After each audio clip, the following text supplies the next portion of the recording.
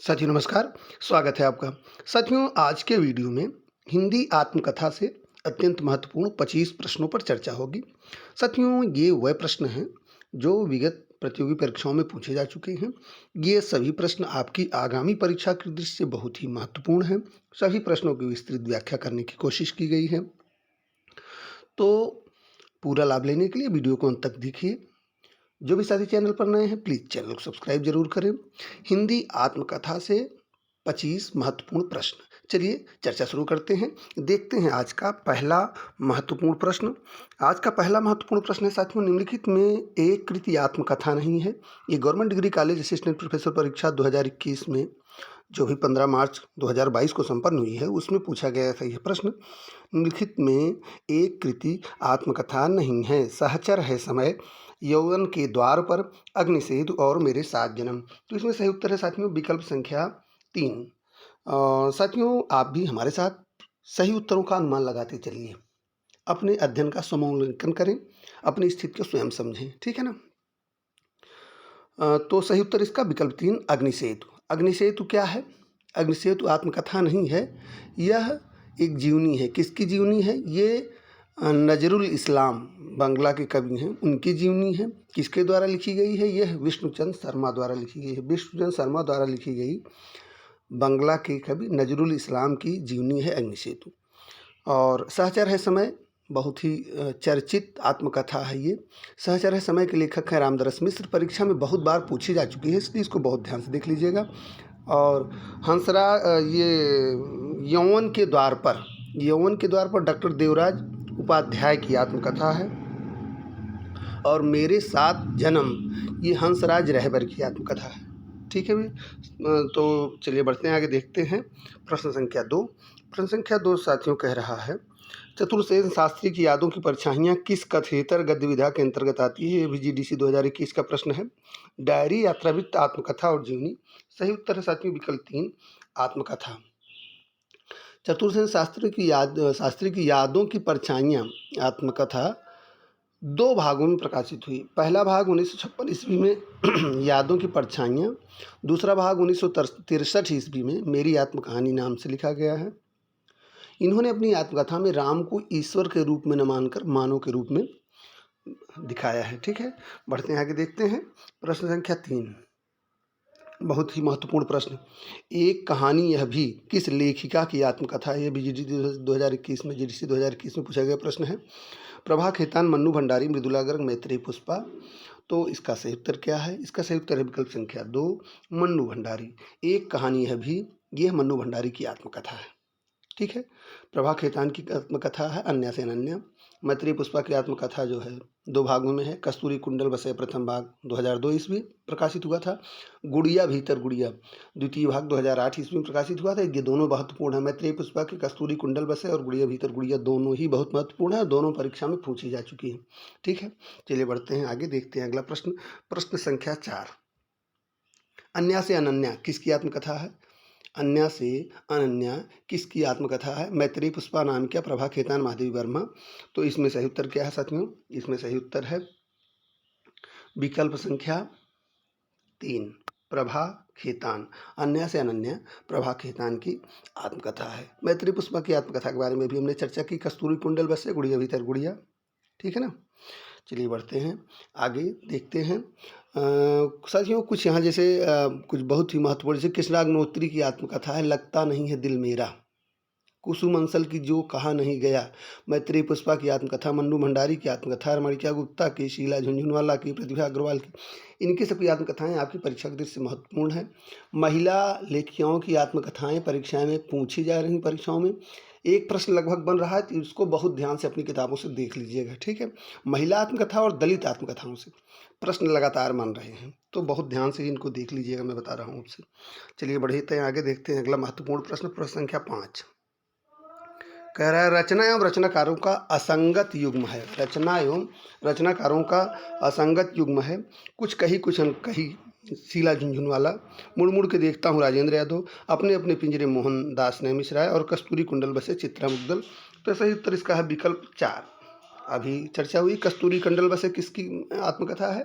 कस्तूरी कुंडल बसे मैत्रेयी पुष्पा की आत्मकथा है। बाकी तीनों संगत युग्म है, एक यही असंगत है। सही उत्तर विकल्प 4। बढ़ते हैं आगे, देखते हैं प्रश्न संख्या 6।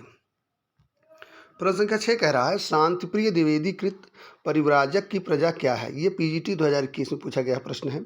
जीवनी, आत्मकथा, यात्रा साहित्य, रेखाचित्र। तो सही उत्तर विकल्प संख्या 2 आत्मकथा। यहाँ आपको यह जाना महत्वपूर्ण है, परिव्राजक की प्रजा किसकी आत्मकथा है? यह शांतिप्रिय द्विवेदी की आत्मकथा। ठीक है, यह सन 1952 ईस्वी में प्रकाशित हुई थी। चलिए बढ़ते हैं आगे, देखते हैं अगला प्रश्न। प्रश्न संख्या 7। प्रश्न संख्या 7 कह रहा है साथियों, कहीं न जाए का कहिए आत्मकथा के लेखक कौन है? ये जीआईसी प्रवक्ता परीक्षा 2021 में पूछा गया प्रश्न है। कहीं न जाए का कहिए आत्मकथा के लेखक कौन हैं? कन्हैयालाल मिश्र प्रभाकर, रामविलास शर्मा, भगवती चरण वर्मा, विष्णु प्रभाकर। तो सही उत्तर इसका साथी विकल्प संख्या 3 भगवती चरण वर्मा। कहीं न जाए का कहिए आत्मकथा के लेखक भगवती चरण वर्मा हैं। और कन्हैयालाल मिश्र प्रभाकर की आत्मकथा है साथियों तप्ती पगडंडियों पर पदयात्रा। ये 1989 ईस्वी में प्रकाशित हुई थी। बहुत महत्वपूर्ण है आपकी परीक्षा की दृष्टि से, इसको लिख लीजिए। उसके बाद में आपका आता है रामविलास शर्मा। रामविलास शर्मा की आत्मकथा के 3 भाग हैं। आपस की पहला है मुंडेर पर सूरज। मुंडेर पर सूरज प्रथम भाग, देर सवेर द्वितीय भाग, आपस की बातें तृतीय भाग। अब बाद में इसको तीनों को कंपाइल करके एक में समाहित करके अपनी धरती अपने लोग, अपनी धरती अपने लोग शीर्षक से 1996 में इसको प्रकाशित, इन्होंने तीनों भागों को एक में समेकित करके अपनी धरती अपने लोग से इन्होंने 1996 ईस्वी में प्रकाशित कराया था।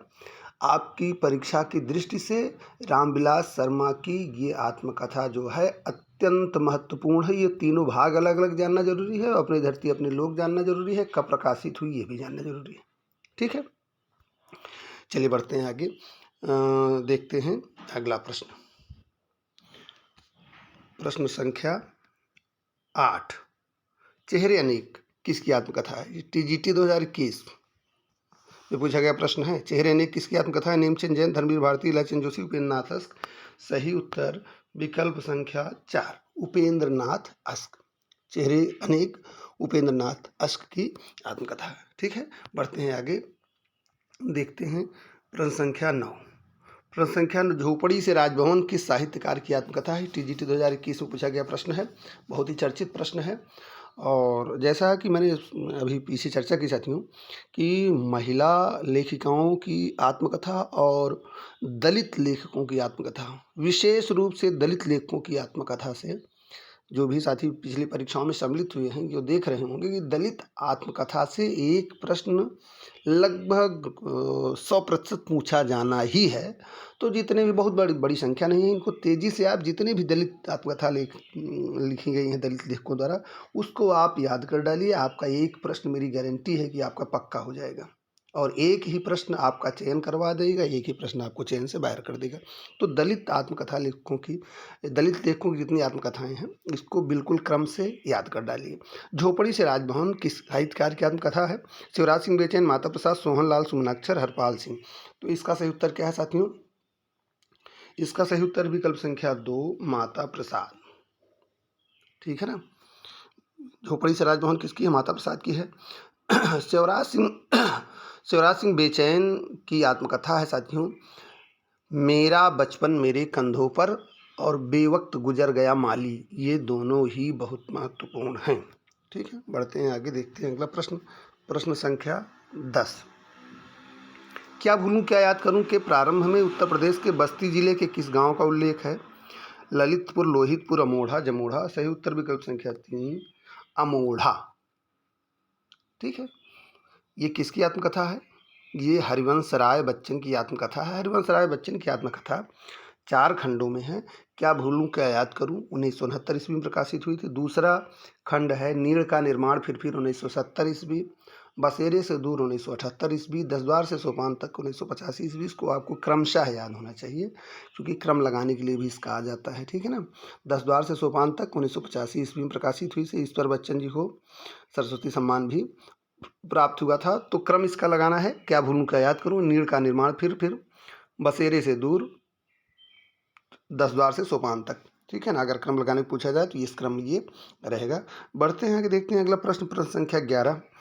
मुर्दहिया में ननकू पांडे किस कला में निपुण थे? ये नेट परीक्षा में पूछा गया प्रश्न है। नेट परीक्षा में थोड़ा सा गहराई से प्रश्न पूछा जाता है, लेकिन इसको भी देख लिए।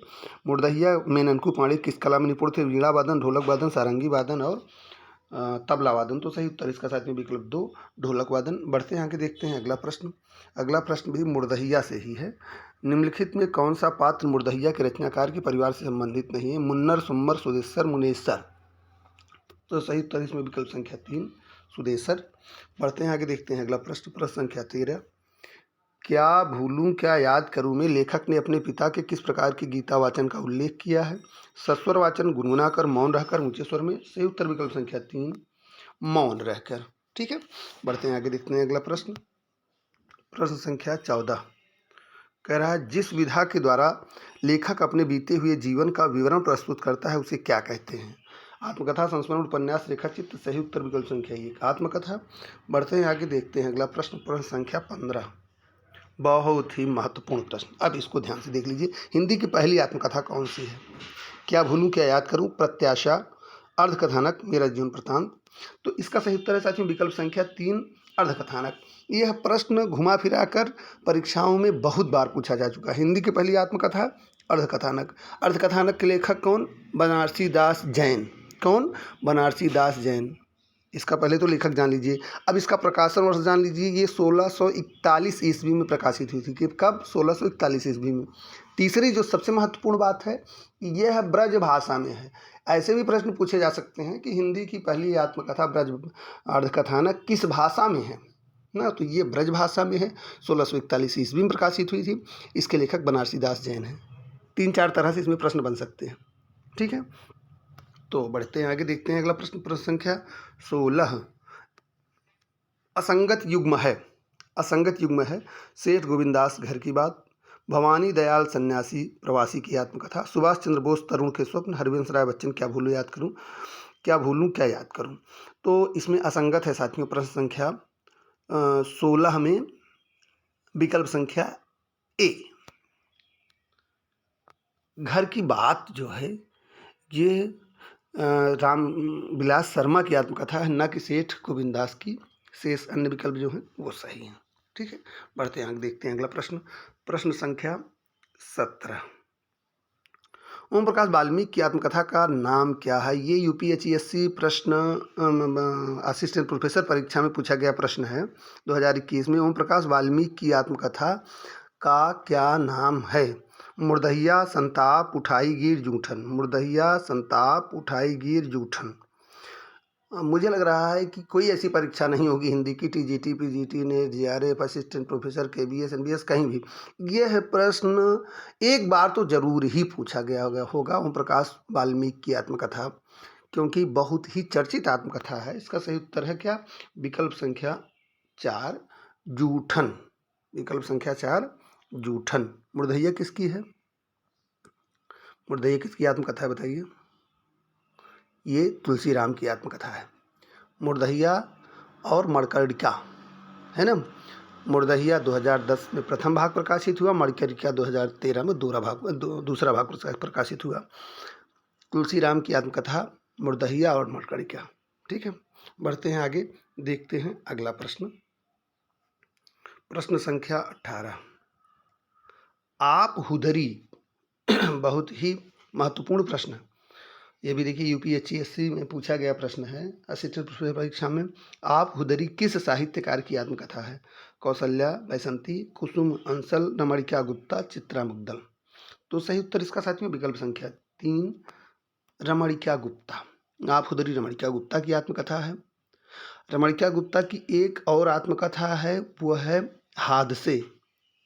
वो भी परीक्षा में पूछी गई है, अभी आगे संभव इस पर चर्चा हो। कौशल्या बैसंती की आत्मकथा क्या कौन सी है? दोहरा अभिशाप। यह भी बहुत महत्वपूर्ण है। कुसुम अंसल की आत्मकथा है जो कहा नहीं गया। यह भी बहुत महत्वपूर्ण है। बढ़ते हैं आगे, देखते हैं अगला प्रश्न, प्रश्न संख्या 19। अपनी जमी अपना आसमां की लेखिका कौन है? यूपीएससी असिस्टेंट प्रोफेसर 2021 का प्रश्न। अपनी जमी अपना आसमां की लेखिका कौन है? कौशल्या बसंती, सुशीला टागभौरे, रजनी तिलक, रेखा कस्तवार। तो सही उत्तर इसका साथियों विकल्प संख्या 3 रजनी तिलक। अपनी जमी अपनी आसमां की लेखिका रजनी तिलक हैं।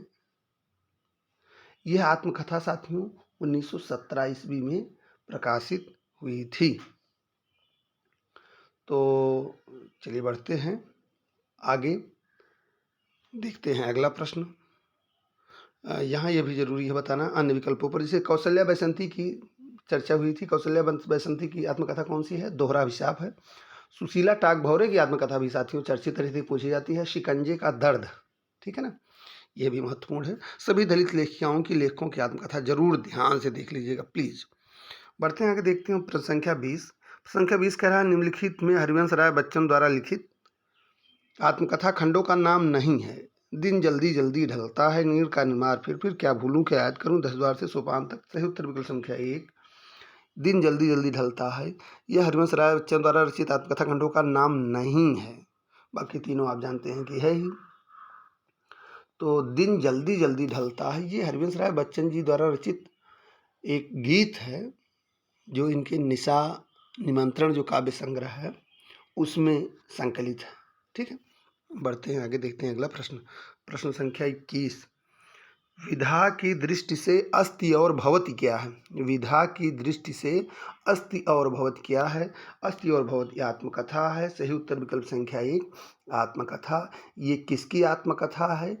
ये विश्वनाथ प्रसाद तिवारी की आत्मकथा है। बहुत ही महत्वपूर्ण, नोट कर लीजिए, अस्ति और भवति विश्वनाथ प्रसाद तिवारी। ठीक है, बढ़ते हैं आगे, देखते हैं प्रश्न 22।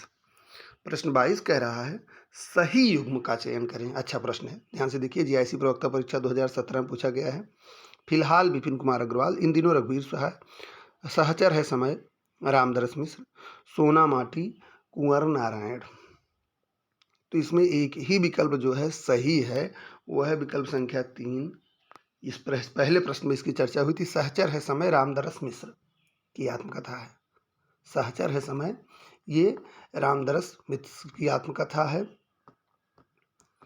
ये इन दिनों जो है ये कुंवर नारायण का काव्य संग्रह है। और सोना माटी क्या है? ये विवेकी राय का उपन्यास है। और फिलहाल ये अशोक वाजपेयी की आलोचनात्मक कृति है। ठीक है, बढ़ते आगे, देखते हैं अगला प्रश्न। प्रश्न संख्या 23। तरुण के स्वप्न शीर्षक कृति किस प्रकार की गद्य विधा है? ये पीजीटी 2011 में पूछा गया प्रश्न है। ऐसे भी प्रश्न पूछे जाते हैं, यह भी जान लीजिए। इसको आप केवल हिंदी का नहीं, ये सामान्य ज्ञान का भी प्रश्न कह सकते हैं कि तरुण के स्वप्न शीर्षक कृति किस प्रकार की गद्य विधा है? कहानी, जीवनी, आत्मकथा, उपन्यास। तो सही उत्तर है इसका विकल्प संख्या 3 आत्मकथा। तरुण के स्वप्न शीर्षक ये आत्मकथा जो है इसके लेखक सुभाष चंद्र बोस हैं। ठीक है ना, इसलिए मैं कह रहा हूँ ये सामान्य ज्ञान का प्रश्न इसको आप कह सकते हैं। बढ़ते हैं आगे, देखते हैं अगला प्रश्न। प्रश्न संख्या 24। प्रश्न संख्या 24 इसकी भी चर्चा हो चुकी है। गुड़िया भीतर गुड़िया किस विधा की रचना है? गुड़िया भीतर गुड़िया किस विधा की रचना है? सही उत्तर विकल्प 2 आत्मकथा। गुड़िया भीतर गुड़िया किसकी आत्मकथा है? ये मैत्रेयी पुष्पा की आत्मकथा है।